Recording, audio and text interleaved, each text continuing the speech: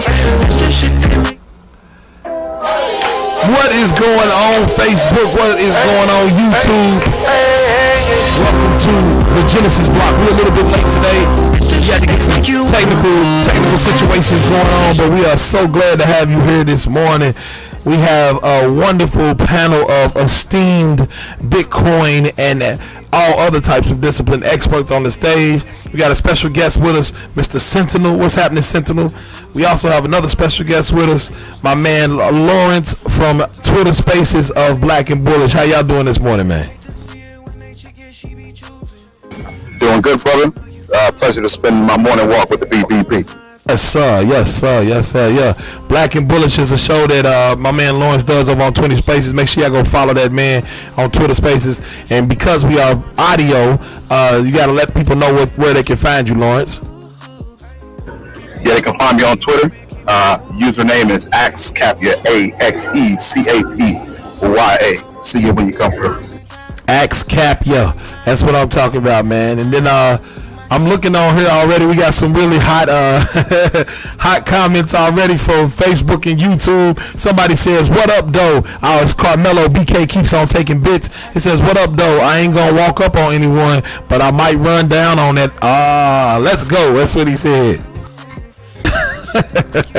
He just still out in these streets, man. So yeah, man, I appreciate y'all being here this morning. And today, one of the things we're going to talk about, I think, and what's going on in the news, there was a billionaire, I think the third richest man in Mexico, talking about Bitcoin and how Bitcoin is far better than fiat currency. But what we wanted to talk about today, more so than just that, is that for some reason, a lot of these news outlets like Wall Street Journals, Forbes, they write these articles as if these billionaires are the reason why this price is moving.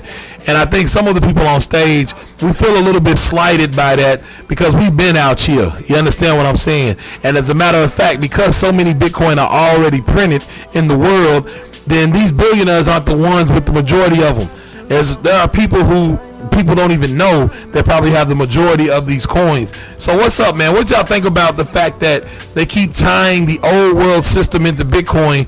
Is it a validation thing or is it a verification thing? What do y'all think's going on here? They trying to use the billionaires to validate Bitcoin? What's happening? Well, nah, like you said, it's the old world system. They only recognize people that have old world money. And I just think it's these folks trying to remain relevant, right? So, there's a little bit of celebrity, actually a whole lot of celebrity that comes with Bitcoin and crypto. They've seen how EM has been able to be on, Saturday Night Live and all this other stuff. And so I think these billionaires, they want power and influence. And so they know if they jump on the crypto Bitcoin train, they can jump on it and get more influence and power. I think they're just greedy. So... Got you. So you think it's a way for them to get attention? Yeah, go ahead. Who was that?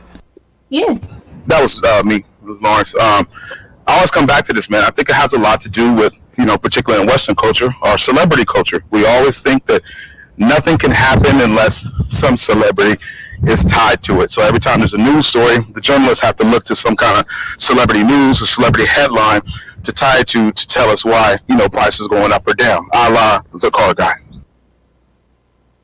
Hey, these guys, man, they cloud chasing. So what they don't understand is the market is held up really as you alluded to by the diamond hands of the people that's already had the 18 million Bitcoin previous to these people even coming in the market. Because if all of us just dumped on their heads, we could do that easily. But it's the people with the diamond hands that's been in the...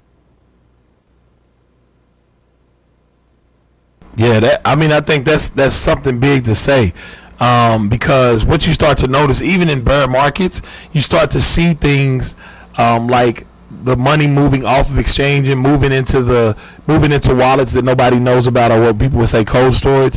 If you start watching on-chain traffic and having on-chain analysis of where this money is moving, you start realizing that some of these people are hoarding. And I was talking about this yesterday. There's a guy named Adam Back who actually is quoted in the white paper. But Adam Back, he said that he has a order at a penny, at $0.01 or at a penny to buy 21 million Bitcoin at that point.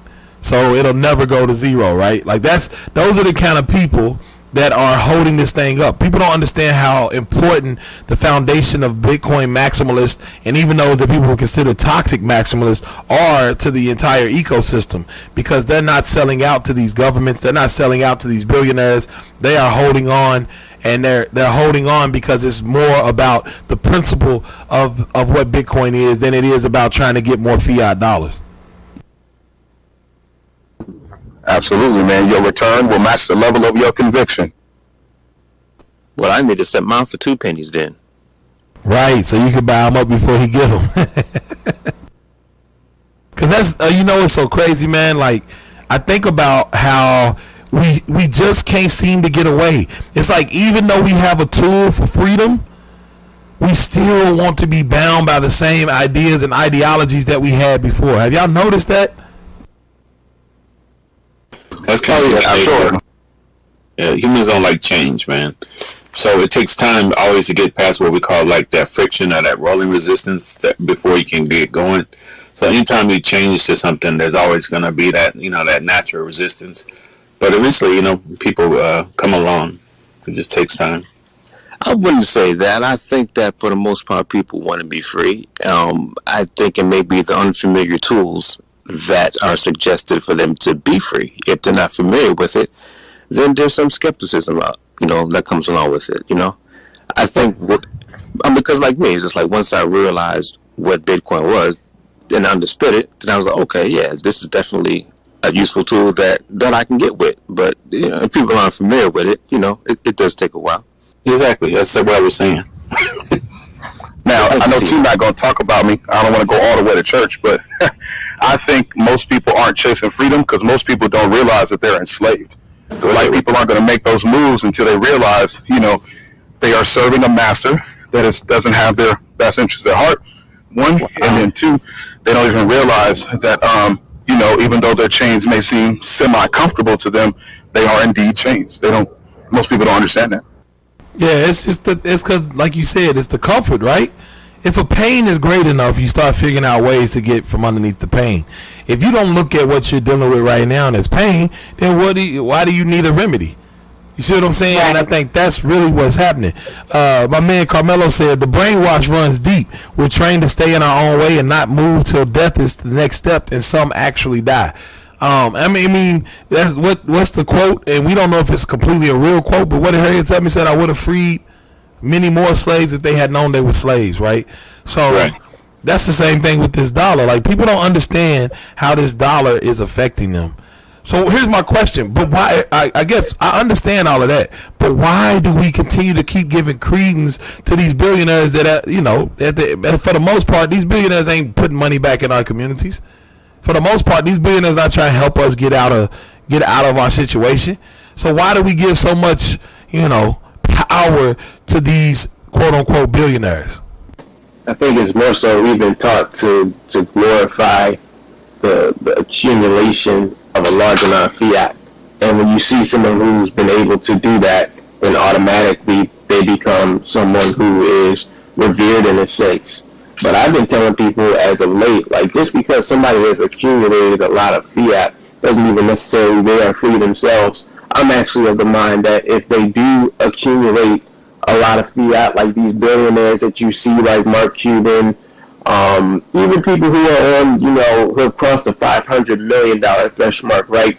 They have a thumb that's on their back that actually puts a little bit more pressure on them, because the banks are going to be criticizing, looking at every move they take in terms of what interests they have. They're not just going to be able to say certain things. They're not going to be able to just move mass amounts of money. Now, in relation to the average man, a mass amount of money may seem like $20 million. It might not bat an eye at that. But a billionaire just can't take all of his billions out of the bank without there being some friction between him and these entities. So I always say you got to be careful in your judgments when it comes to looking at what people are actually living and what they're actually subject to, because you'd be very surprised in terms of how this quote-unquote fiat wealth shackles some people as well.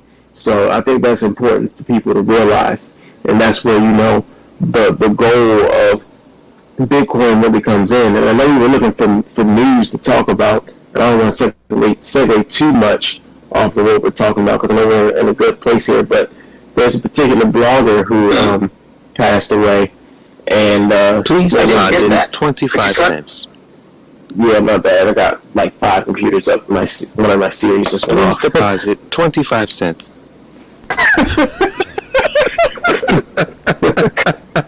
My bad, y'all. I agree with Coach, though. I agree completely in the sense that a lot of times what people think is that the money frees them, when in reality the money enslaves them, because then they become too big for their own good, and then they become a puppet of the system. And I think a lot of people like to be, you got some people who like to have money because they can make moves, and you have some people who like to be famous. And I think a lot of people confuse the two. And a lot of people say, oh, Mark Cuban or Elon Musk, they got a whole bunch of money, so they're free. But in reality, a lot of times they're just famous because, if you have to report your income to the SEC, or you have to report your wages, or you have to report everything, then are you really free? Because you're not even free to hide your money at all. And I think with Bitcoin, it does that, as well as with more money, with more freedom comes more responsibility.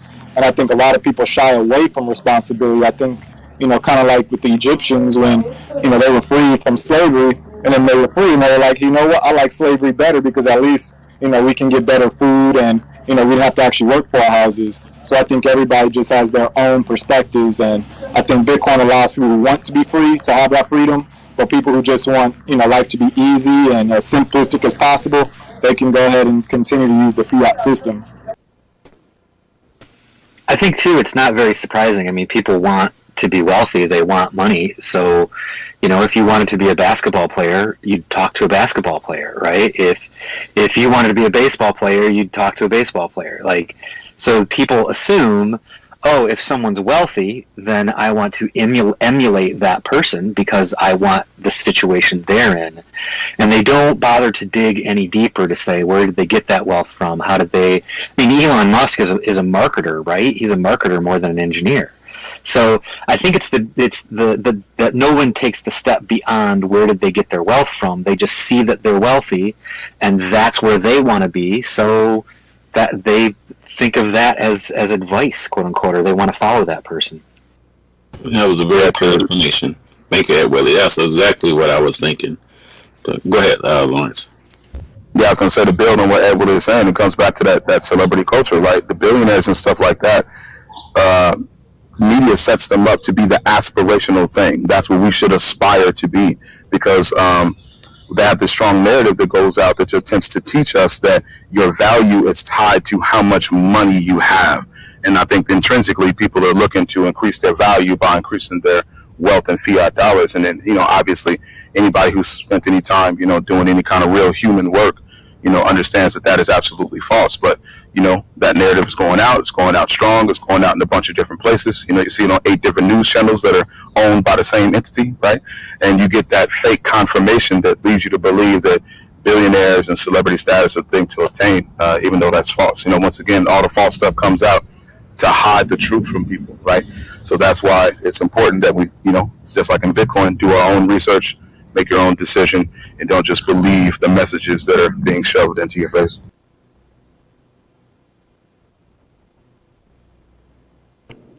Hey, I got a question, y'all. Can y'all hear me good? Yeah. Yeah, we got this going on. Yeah, so what do y'all think about the SEC having no plans to regulate Bitcoin or crypto, this year? Because that came out this past week. Yeah, that's a That probably means they just don't know what to do. They have no clue how to regulate it. It's very difficult. Especially with Bitcoin, because they've already called it property, right? Yeah, listen. The IRS has called it property. Right, the other organizations really still haven't figured out how they're going to come about it. You know what I mean? All we heard was there was a comment made by someone who doesn't even work at the SEC anymore, who said Bitcoin is probably not a security. right? But I mean, the IRS calls it property. So nobody, and then if you look at El Salvador, they call it legal tender, so it's currency. So this is very interesting. Nobody knows what to do because it's very difficult to, if you're going to regulate something, you have to be able to enforce that regulation, right? Bitcoin is very difficult to enforce anything on, and that's what a lot of these governments are finding out. They're figuring that out, you know? And I think you also have to think about who's leading the SEC. So Gary Gensler is he's pro-crypto, he's a blockchain professor, he's from the MIT, he's taught this stuff. I think this is a move, he's trying to be cautious, right? Like, we know that he is for Bitcoin, we know he's for crypto, we know he understands the technology. I think he's trying to just make sure that they measure twice and cut once. And I don't think it's a bad thing at all. Because when you jump out there and you start to regulate and you don't really understand, it just causes confusion. You have a situation like China where you just appear schizophrenic in terms of your regulation. Hard to unring that bell. That's the things, right? I think that they know that they are completely unable to control the network, right? They can put restrictions around onboarding and what U.S. citizens own, but other than that, a block is going to come out every 10 minutes, no matter what they do. So they need to step very carefully, or they're going to show their hand in that they can't do anything.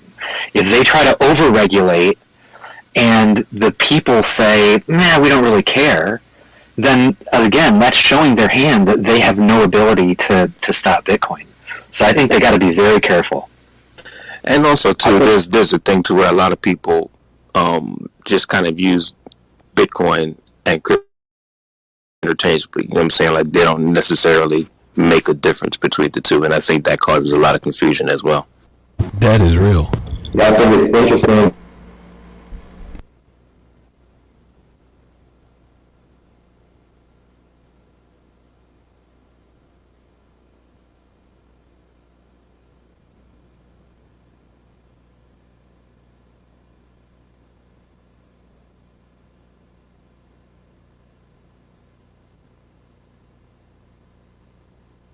Hello? Can you guys hear me?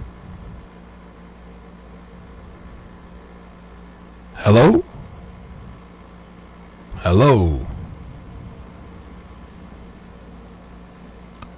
Hello, Facebook. I don't know what happened. It seemed like Clubhouse has gone down or something. I don't know what has transpired. Let me figure out what's going on. Facebook and YouTube.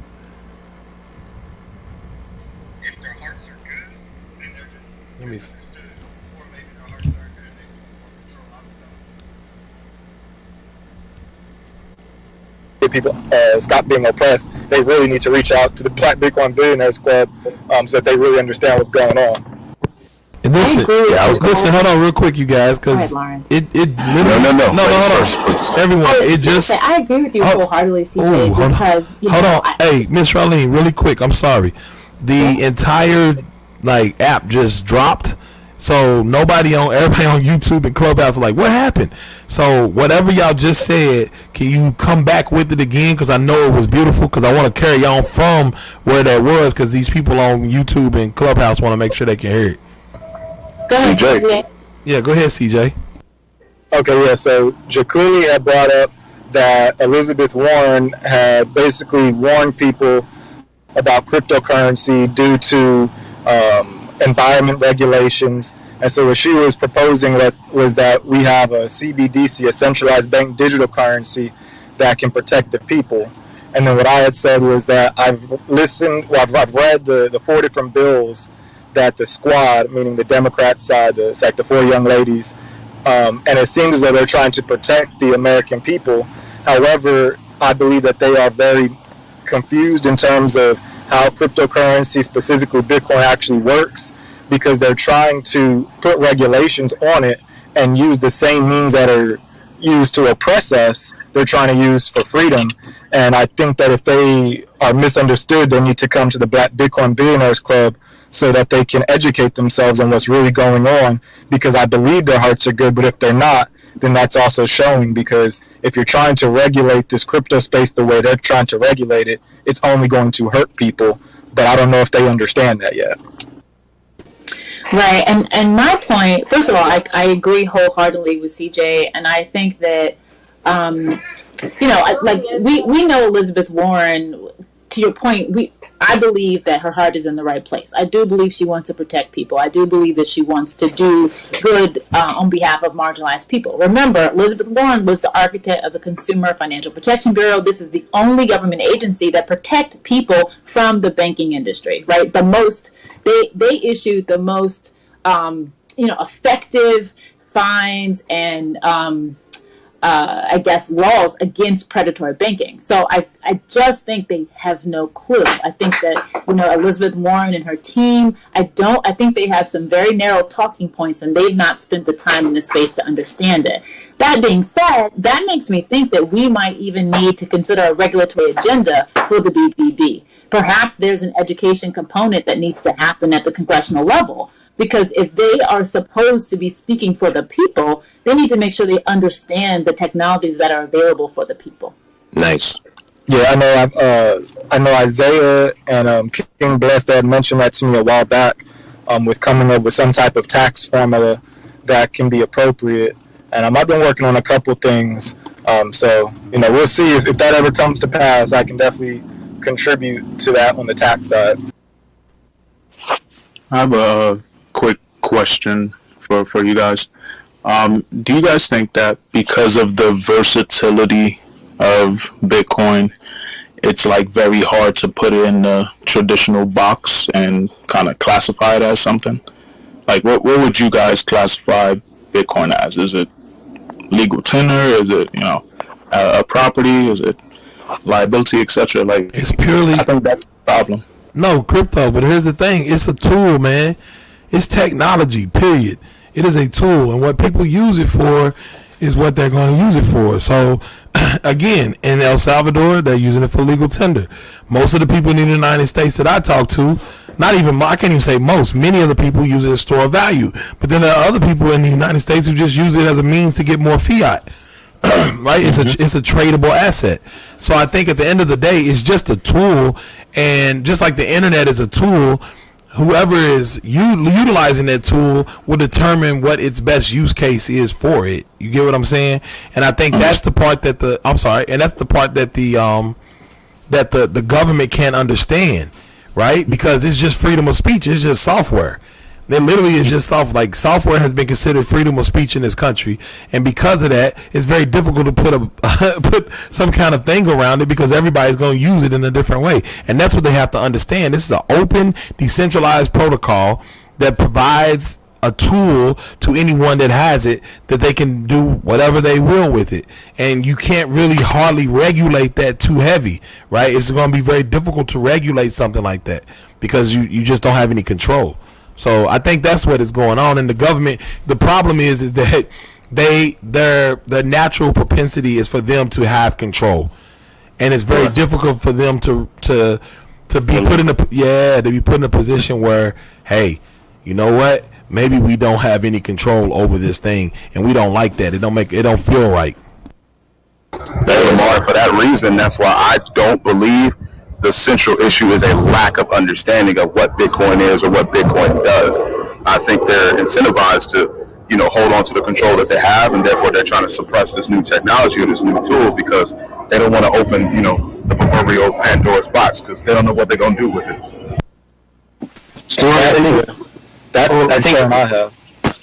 I think two people conflate the network and the asset. So it's one thing to regulate the network, a completely different thing to try and regulate the asset. And people are just using one word, Bitcoin, when they're talking about both things. They don't really understand what they're talking about. So there's an asset called Bitcoin and there's a network called Bitcoin, and they really need to be, from a legal standpoint, considered separate things. Very good point.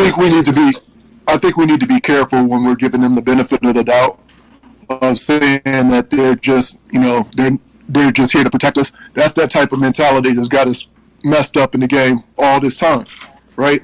They're trying to, protect us by keeping us in a box, and that's some BS. So I'd be very cautious about giving them the benefit of doubt, saying, "Oh, they're just doing this to try to protect us."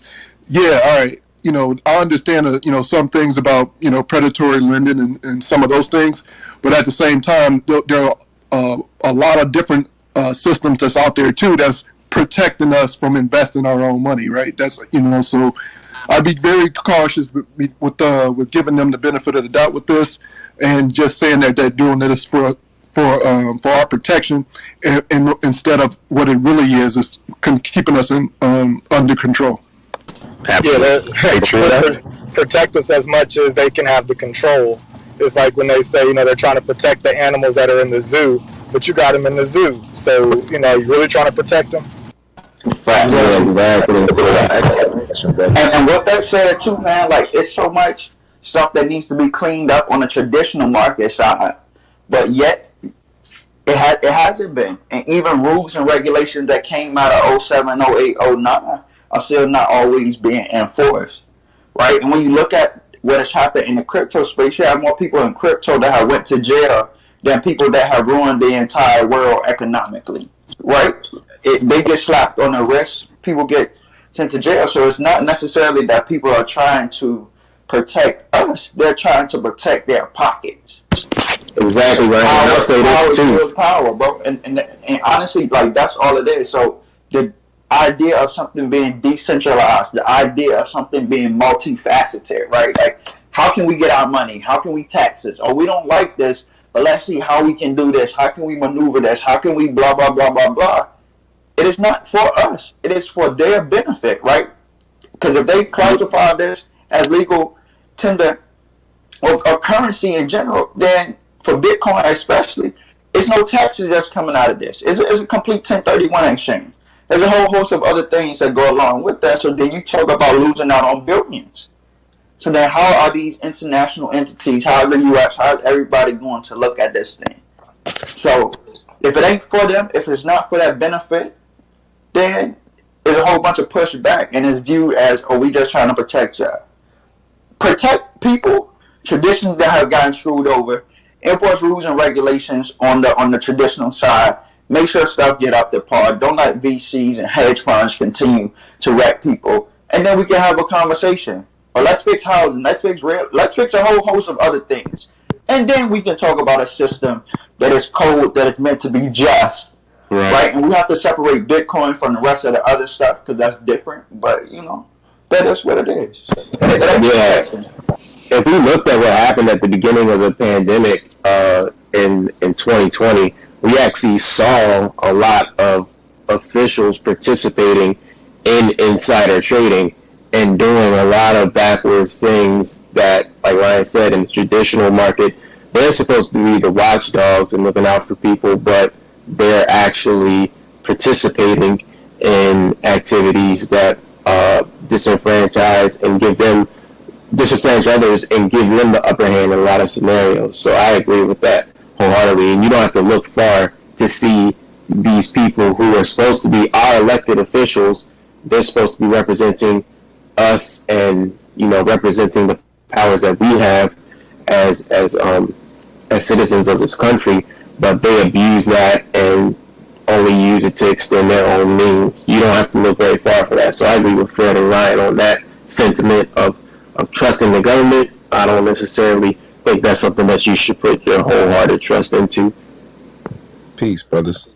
Got a question, and I hate to kind of go backwards in the conversation, but I got a phone call when I wanted to ask it. I heard the brothers talking about fiat, right? And how you have to want to be free, really. So my question is, aside from time being an indication of the fall of the dollar, and we feel that eventually the dollar will be obsolete, will there be a space to where there'll be sort of like the dollar versus Bitcoin? Like some people are still going to want to be stuck in the fiat system, so so there'll always be the fiat dollar around, or do you think just eventually some people are gonna I know we say you're gonna have to accept Bitcoin at some point, but is that reality, or is there a space to where people can keep that fiat system going because they believe in it? I mean, I think the thing is that if you want ultimate control as a government, you're going to keep your fiat system around, right? You got to remember, like a place like El Salvador didn't have their own currency. They were actually utilizing the U.S. dollar.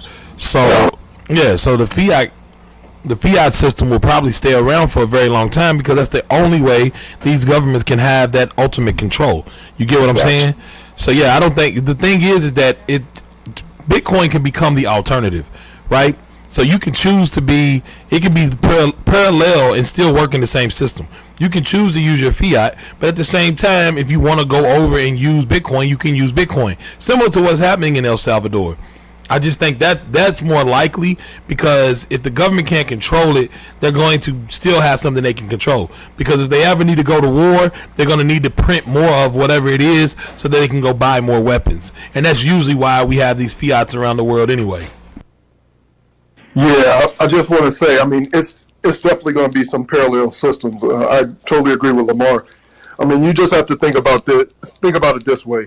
You know, if fiat is the green marbles that we've been using forever, but I want to be able to make my transaction in orange marbles. Doesn't matter. Green marbles can still exist, and whoever wants to use those, they can use those. But you know, in this decentralized system, I'm going to be able to use these orange marbles wherever I want to, for anybody who's going to be able or be willing to accept them. Okay, yes, sir. Because I was just trying to gauge, you know, if the fiat system, you know, if more people decided, I guess, yeah, I understand. It's just a network. You just choose, you know, because you can choose to use that or this. I think I was just trying to figure out if the fiat dollar still exists, then, you know, how do we really calculate the value in the future if we can't get away from the dollar? I mean, if that makes sense. You know, I understand, but I just want to kind of dig a little bit deeper on that for myself. I think ultimately it'll just come down to us in. Oh, sorry, go ahead, Lamar. No, I'm good. I was just going to talk about the from a gold perspective, right? Gold still exists. People still use gold and fiat at the same time. So if you have Bitcoin, it just, you know, it's just another option that you have. And to be honest, one of the great signs of being free is optionality. Like, if you have options, the more options you have usually tells you that you're even more free, right? If you're not bound to something and you have more options, optionality shows you more freedom. And so that's the beautiful thing. Well said. Well said. Sharif, I was going to add or build on what you said. And just say, I think ultimately it comes down to incentives, right? Like the people whose incentives align with the fiat structure, i.e. those that want to remain in control, as Lamar stated, they're going to try their best to, you know, perpetuate and keep that system. And then for the people that are operating in Bitcoin, you know, the incentives will, you know, if it fulfills its value prop the way we believe it does, or will, people will be incentivized to accept that Bitcoin because it makes more sense for them. So it really comes down to incentives, and I think that's why, you know, we're ultimately for a very, very long time, talking decades, you know, going to see that mix of the two being used. Right. I mean, ultimately, you know, you got to think about like monetary policy, because when you say fiat, right, like the physical dollar and physical coins don't necessarily need to exist, right? Like there has been talks for years to kind of get rid of physical coins and do a whole host of other things, right? So then when you pair that with CBDCs and things of that nature, right, it's just moving the current system that we have into a more electronic form. But electronic money has always been here. How? When you think about credit cards, debit cards, all of these other types of things, that's fiat dollars on an electronic system. So monetary policy is the thing that would have to change for structure to change, right? Because it doesn't matter if they move things more electronically or not, if the monetary policy still remains the same. If the Fed is still able to generate these dollars and do things and do repo and put 500 million overnight into the bond market, or go and purchase this ETF and do all these other things, the devaluation of the currency will still be the same no matter what form it is in, right? So if the monetary policy changes, then things sort of kind of look a little bit different, and then you still go back to the same idea or mindset of what is more advantageous to whomever is within either one of those systems, right? And then you talk about tax policies and things that go along with it as well. That's why a lot of people are so pro real estate because of the multiple deductions and write-offs and tax benefits and this, that, and the third that go along with it, and say, hey, well, you can't do the same thing with Bitcoin. Well, not yet, right? Not yet. So makes sense. That makes sense. I think the other thing I'm very excited about is that we're going to see this happen in real time in El Salvador. So over the next year, people will choose either U.S. dollar or Bitcoin. And if you've ever been to one of those countries, when you go to the shop, they say, "Hey, can you pay in this or can you pay in that?" Because they prefer one over the other. And I genuinely think in the next year, we'll see probably 80 to 90% Bitcoin in that country because the push for a better money will be that forceful. So we're going to see it. Thank you, brothers. I appreciate that. Those are perfect answers.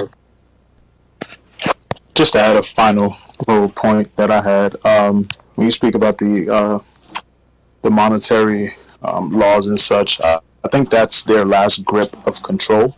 Obviously, they utilize that in the current system, and that's what got us where we are now.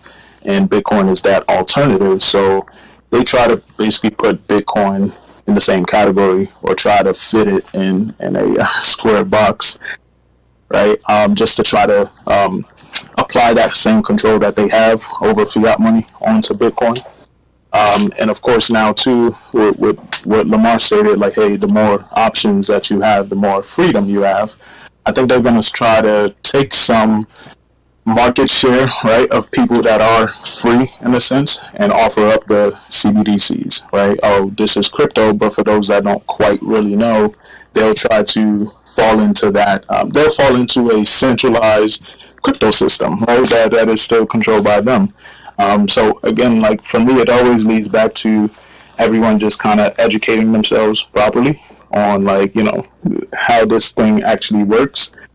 Because at the end of it, there are going to be some people that believe that they are getting away from the fiat system by investing in crypto, but end up in a, you know, CBDC or some type of centralized crypto, you know, that they thought was different from the fiat, that they were leaving behind. Go ahead. I think I'll say that. My fault. Yeah, ultimately it's just that the laws that they have in place, which, you know, it is a far-fetched, but I mean, hopefully if things turn around, things change, or they get adjusted, whatever, we may see better days in the financial system, but I doubt it because for years, that's how they've been able to control everything around this planet.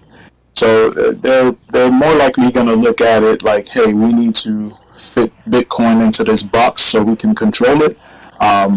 And if we can't really do that, then we'll try to create something that's similar so we can kind of spoof people back into that centralized fiat side. But you're correct, Ryan. Like we've been using digital assets in some way, shape, or form ever since people stopped really carrying cash, and we started basically just utilizing Cash App or utilizing our banks to Zelle each other, things of that nature. I felt like that was just prepping us in a sense to utilize a more digital version of money, but it's a digital version of money that they control. That's just the points that I picked up from this.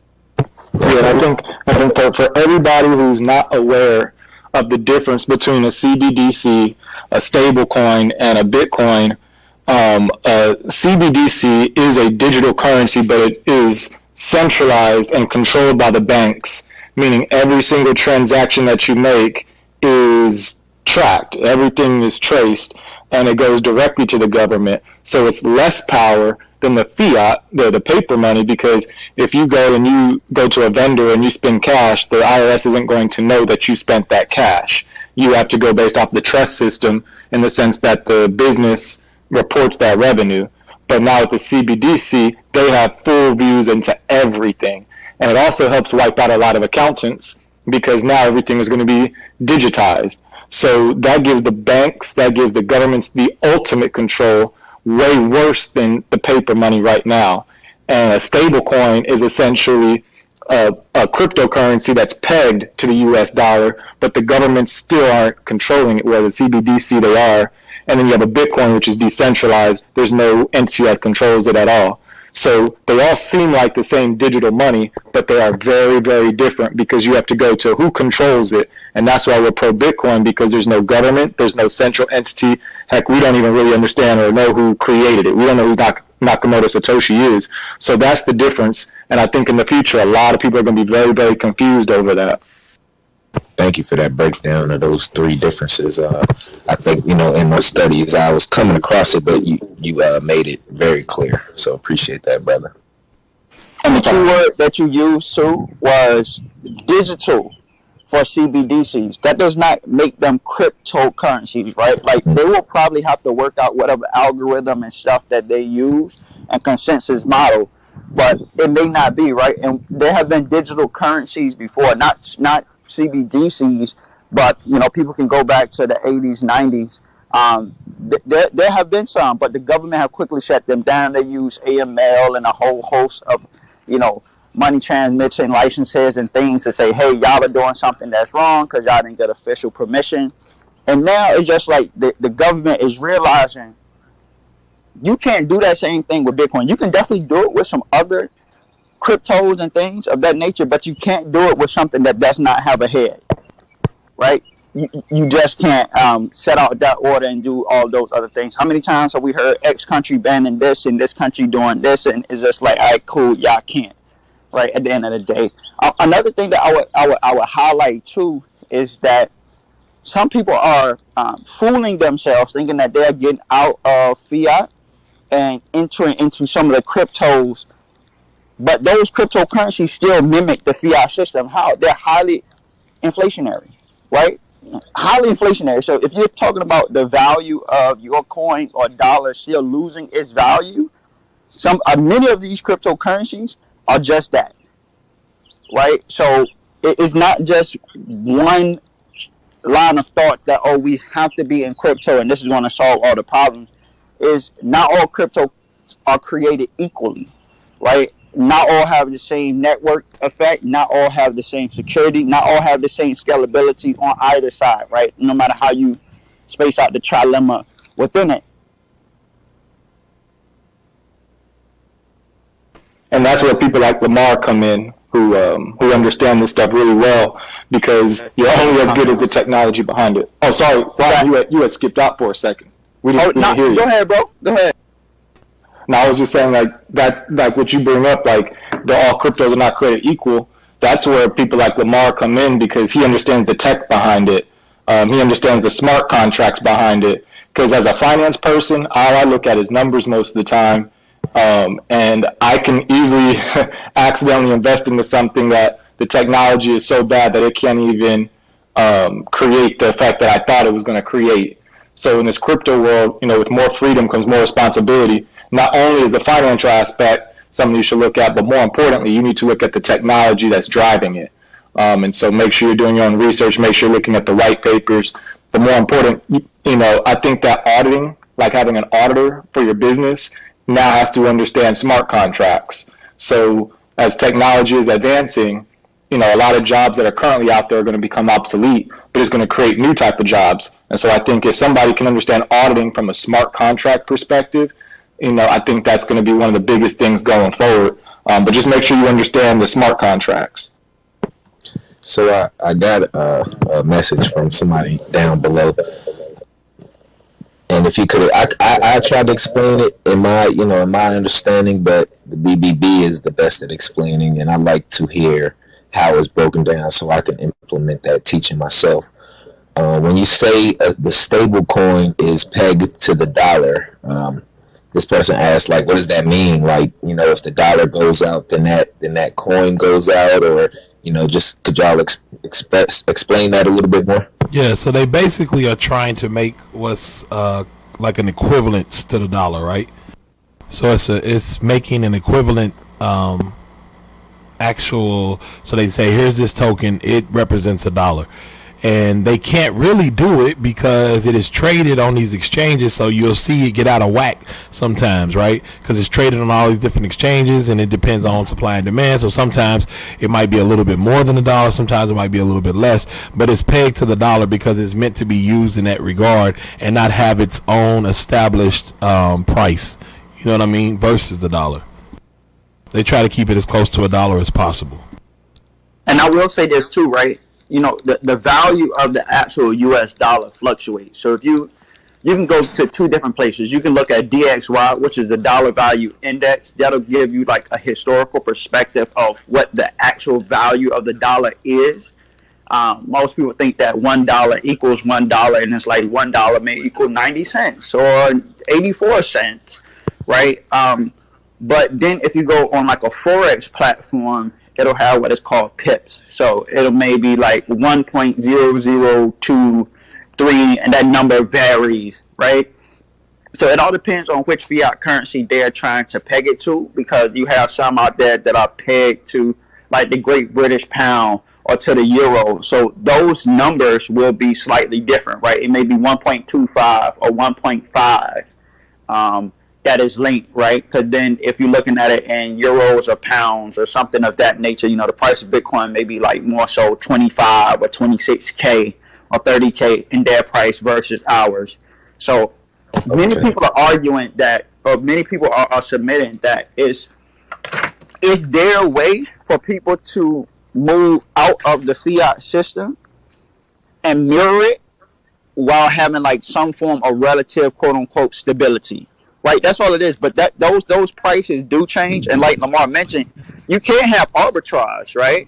Whereas prices definitely break away. I think USDT is one of the most famous ones now that they say it's pegged 1-to-1. It was supposed to be back 1-to-1 with dollars, and now only they say like 3% of all USDT is actually backed by fiat. The rest of it is backed by crypto.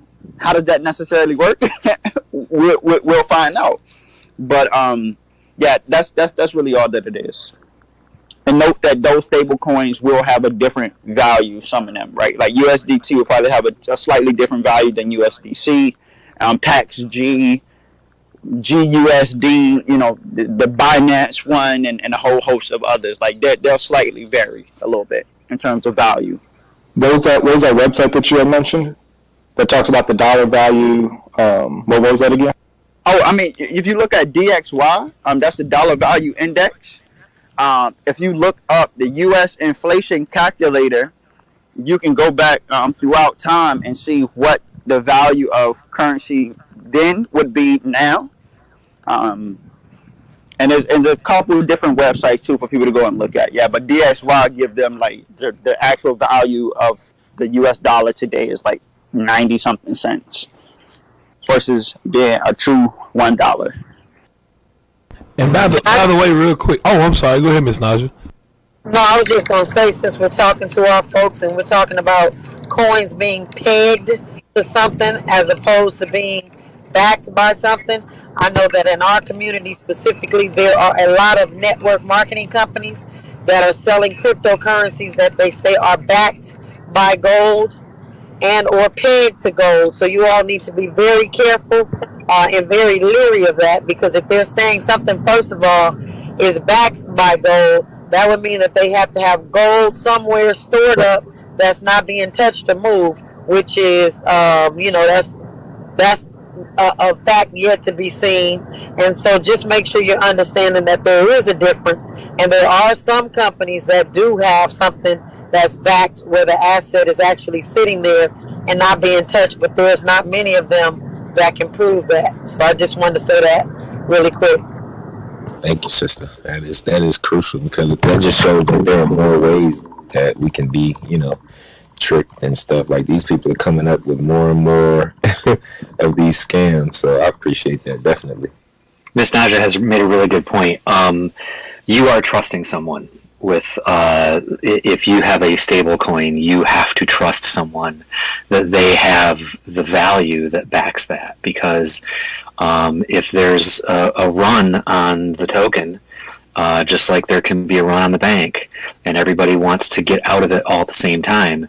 If there's not enough behind it, then the currency could potentially collapse. So there's a lot of trust when in stable coins. Yeah, I'm just gonna re-highlight what Ms. Naja said in terms of there's a difference when something is pegged to and when something is backed by. Right, we always talk about the power of words and people wordsmithing and doing a whole host of things. Be sure to read and read closely because they mean two completely different things, right? And it can really get set up to what people will say, and they toss in that word guarantee, right? We have to all be careful and make sure that we do our due diligence and be mindful of links that people send you and that you click on, right? Because the link could have malicious information or content that's in it, right? And you not necessarily know it because everybody's like, yo, just simply check this thing out, right? It is this, and this is how much money that I've made. You don't know that, right? We don't know it. So, and sometimes they don't even know it, right? If they've never withdrawn. So, and even if they've withdrawn one time, have they been able to do so consistently? What does that look like? Because sometimes these entities will make it such that some people can withdraw some, and they get a little bit, and then they put more money back in, and then with all of these wonderful bright minds, it's about 11:08. That was awkward. Lamar, what you doing? I just no. That's what I was gonna say before. I'm over here doing some research. I just found out that the Genesis block is being streamed directly to Twitter, and that's what I was gonna say before Ms. Naja spoke. I was gonna tell everybody that, and then when I just did a research and I hit the button. So my bad, everybody out there. It's bad production for me, because I'm trying to figure out how this is working. So sorry about that, Ryan. Keep it moving, bro. Yeah. I like you doing Morse code in my ear. It's doing a little static, but it's good. Oh, y'all can hear it's the static coming from me now? Yeah, but I sound like a bus driver. Bug zapper. Oh, bug zapper. While the bug zapper is going, I just want to say too, I literally was on a call last week with the CEO of a coin who was trying to pitch his coin for investors, and he said that his coin was backed by the blockchain. So I'm telling y'all, it is folks in this space. It's folks in this space that are making coins and don't understand what in tarnations they are saying. So you all be careful. He really thought he said something too, didn't he? Yes, sir, he did. All the research is there, and it's backed by the blockchain. So, yeah.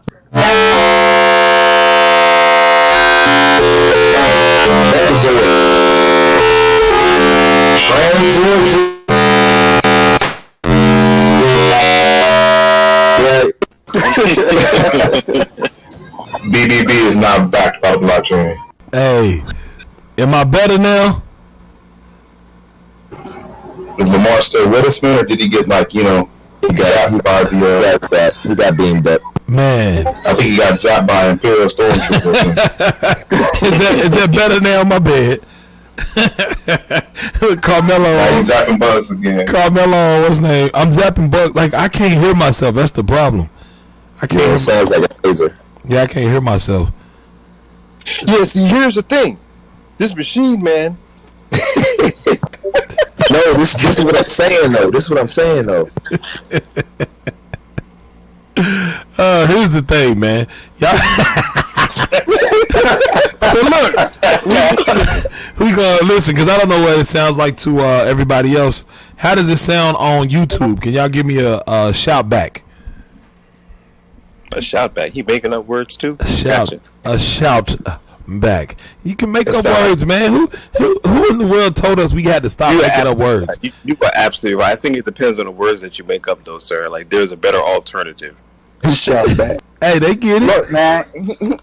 He's a pastor. Don't forget, shouting is always on his mind. So just let. I ain't nobody's pastor. Stacy said, "Mar pushing audio over through the blockchain." You might be using the Ether network right about now, though. I don't understand. So listen, y'all, man, this has been a good show. We had a really good conversation, man. I always love having this whole show up here like this. And everybody said it sounds fine on YouTube, so maybe it's just, y'all's ears are hearing differently. On Clubhouse. No, but I just want to make sure that we have an opportunity for questions really quickly, because I have been trying to shorten the show a little bit to make it kind of fit within a lot better time frame. So anybody in the audience who wants to raise their hand, people on YouTube, now people on what is it called, Twitter, anywhere you want to ask these questions, please feel free to open up and ask questions. So everybody who what's up, Goodness? Goodness is up back on the stage. Goodness, do you have a question, sir?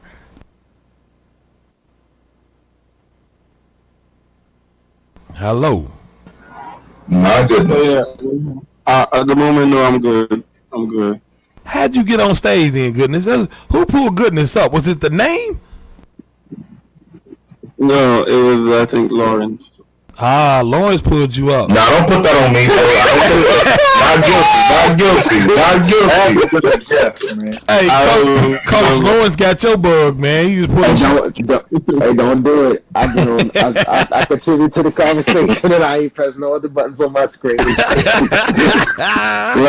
good. Let's hear it, man. You got something for us, man? Goodness is brand new, man. The Clubhouse. Oh, okay. Yeah, I am, and I'm really learning a lot from Lamar and Lawrence and the YouTube channel, and it's really, it's a journey for me. I must be honest. I'm brand new, and I have lost a lot of money, but this process of deciding to learn whatnot, because everyone. To be fair, Lamar just made me understand that the whole thing is just a marketing, vibe. It's sort of whoever knows how to market very well just markets and lets people dump money there, and then the price goes up and all that. So it really has made me appreciate Bitcoin, even though it's slow, but it really has really. I don't know if my network. Can you all hear me? Yes, sir. We can hear you. Okay, so it really has made me appreciate everything, and really made me have perspective to not just fall for all these pranks and all that. So yeah, I'm just learning, and I just raised my hand and I was in here. So thank you for the time, Lamar.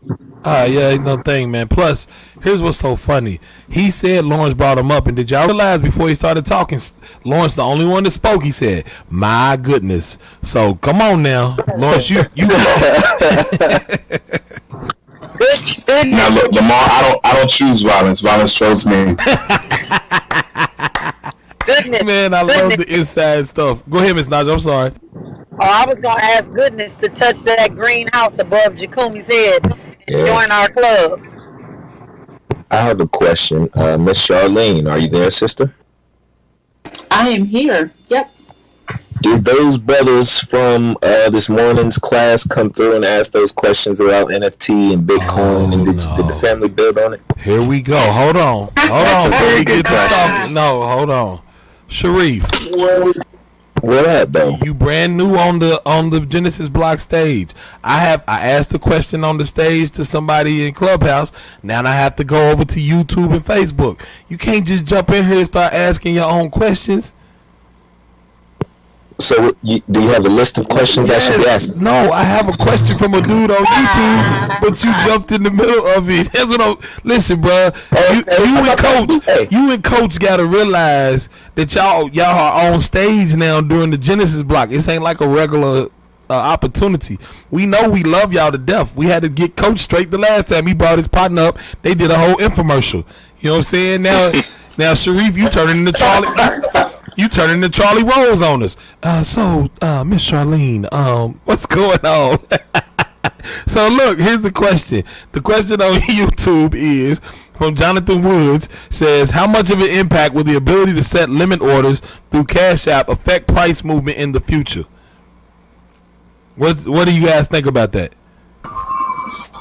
I think it's only harder to catch the dips now because you know when the tax is when it does, it's going to be competition to catch some dips. So we didn't hear anything you said, Lawrence. You were speaking through the blockchain as well. Can someone else answer that until Lawrence gets his connection right? I'll quickly say, you know, it would have the impact of people having more money on Cash App initially, right? Because there would need to be a way for that cash or fiat to be utilized at that point in time if the order fails. So it would just add more money on their initial balance sheets, if you will, from all of the people just storing. I think it's good for the person that is trying to purchase because it gives them a little bit more control over the price that they get in and get out, if you will. But yeah, it's just another feature that can be utilized at that point in time. I think the only thing about Cash App is like that's just not the place that you go if you have large amounts of money that you want to buy Bitcoin. So I mean, I think it'll be a good feature for folks that are buying Bitcoin in huge amounts. Cash App has all these limits. They have daily limits that really limit how much Bitcoin you can buy per day. So, you know, for your larger Bitcoin purchases, I think you would go to just a different platform. I truthfully think they're about to change that, though, Miss Charlene, because you know Square is now a bank. So with them having that kind of a banking feature, I bet they're going to probably up those limits because they're going to have to be able to even compete. That would make a big difference, right? So if they have limited orders plus they widen the amount you can buy per day and per week, then they could compete with other larger exchanges. And I think they'll probably wind up changing their fee structure too, just a little bit, just to make it more comparable, or to other places, right? Because once you have like market orders only, then of course you can charge just a little bit more. Like we've seen that happen through one of the primary exchanges that we really don't discuss because they're terrible, although a lot of people like them. But then you'll attract just a little bit more people, especially from the fintech side, and institutions that may be trying to utilize their platform. So we'll see ultimately what happens. I think it's a total illusion of control. Like it's this.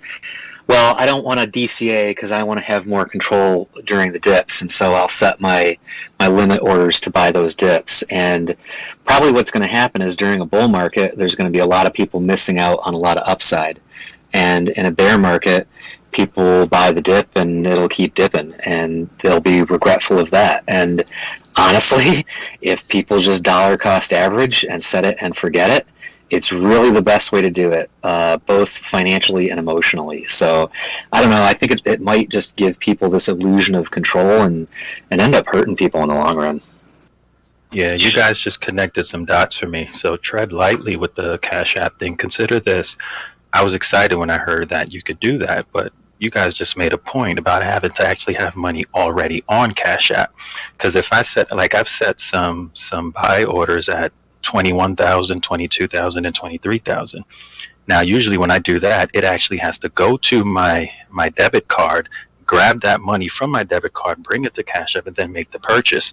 Now, if this is just a quick wick dip, there's no way my money's going to be transferred in time to make the purchase and get it at the price that I think I'm getting it at. So it actually gives you a false sense of getting it where you think you're going to get it, because that order may not be filled until it shoots back up to wherever it actually started from. It'll be like a 2-3 second wick, and then you get filled, but it will definitely not be at the price that you thought it might have been filled at. So that's something to consider. You might actually need to put money and leave it on Cash App, which then, you deal with the ramifications of that.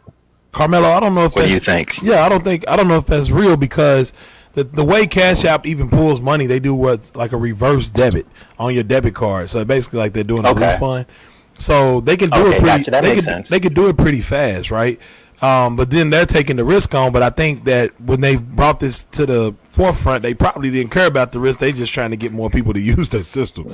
So we'll, most likely. you know what I'm saying? We'll see. I mean, we won't know until somebody does it. But I'm sure that they probably figured something out in that regard, because that's, why else would they put that feature in the app? I guess it becomes a liquidity issue, because now so many people are on Cash App who are all of a sudden immediately thinking, oh, I could just grab Satoshis, I could just get in. And a lot of those orders are not going to fill anywhere near people expect them to. Yeah, plus you don't know what exchange they're using. Like, where are they getting their order book? Do they have an internal order book, or are they going to launch it? Like, we don't know any of that part. So, yeah, what's going on, beloved? Go ahead with your question, ma'am. How are you? Welcome to the stage. Hello. Beloved Jenkins. Oh, there we go. Okay, there. Yes. First of all, I just want to thank Ms. Naja, Dimitri, at Charlotte during your tour. Right. Just, I'll tell you, amazing, you and all the crew. Okay, my question, actually, I was somewhat not really listening because I was out of the room, but I heard somebody break down Bitcoin, stablecoin, digital currency. They had like 4 categories, and they made a very simple but very comprehensive breakdown of the 4. I was wondering if they could come back up to the mic and go over them again. And this is Cheryl, beloved. I'm off the mic. I think it was Ryan. You're awake today, Miss Cheryl. I believe that was Ryan that broke it down so eloquently, and I know that he is. I think it was CJ, actually. I think it was Ryan who did that, right? It didn't sound like Ryan's voice, but I thought it was. Oh, maybe. I think it was Cleophas. Are they both absent? And both of them are gone. So, Miss Cheryl, the person you wanted, your request, they both have already dipped out. All right. I'll check the YouTube later. I guess it's recorded. So. Yes, ma'am. It's recorded in a million places. It's on Twitter. It's on YouTube. It's on Facebook. So yeah, yes, ma'am. You can catch it anywhere. Well, good question. Well, and by the way, my status is I'm dragging whoever said I sound awake. All right. Thank you, guys. You're very welcome. Let's see. I'll record on the blockchain. Yeah, Ms. Naja, you talking through the blockchain right now too. Let's see. Up on YouTube, BK Bedstuy says, "Dang, y'all making me want to convert all my ish coins to Bitcoin." So that's the comment that's on YouTube. Back to Clubhouse, Salman.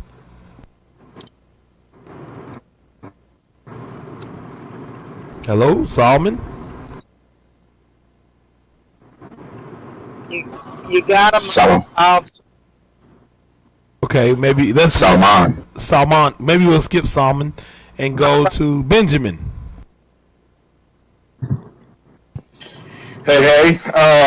Yeah, I had to hop on after you guys were talking about Cash App and with Cash App and the limit orders.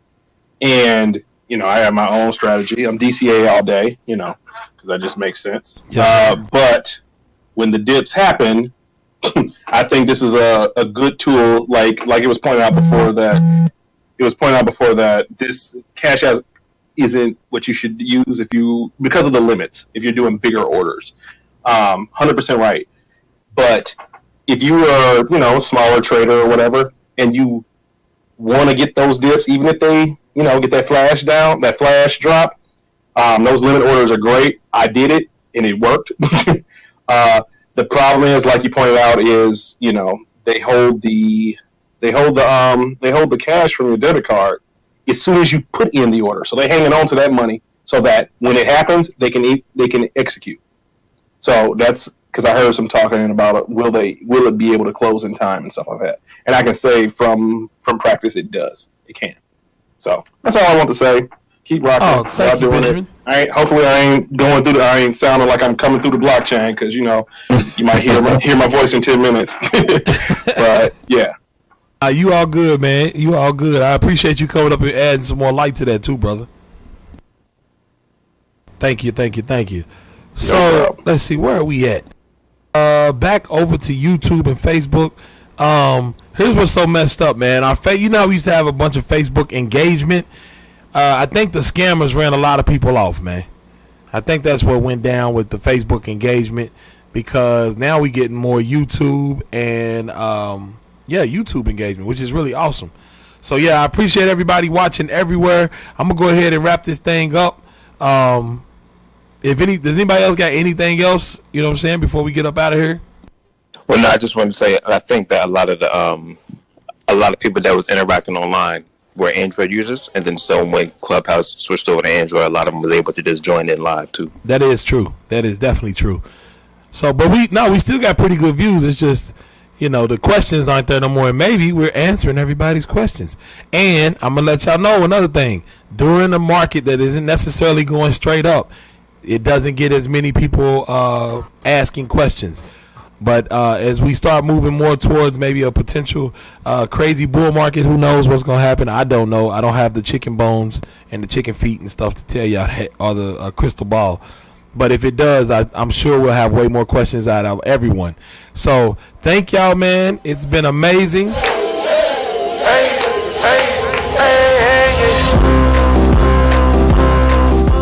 This is the Genesis Block, man. I appreciate everybody coming in today. Everybody out there in YouTube. Now, let's see, YouTube, Twitter, Facebook, and Clubhouse. To everybody out there, man, we appreciate y'all. Love y'all, man. Y'all keep sticking and staying with us. And then, like I always say, live, love life. If you live love, you will love your life. And until next time, see you in the hallway.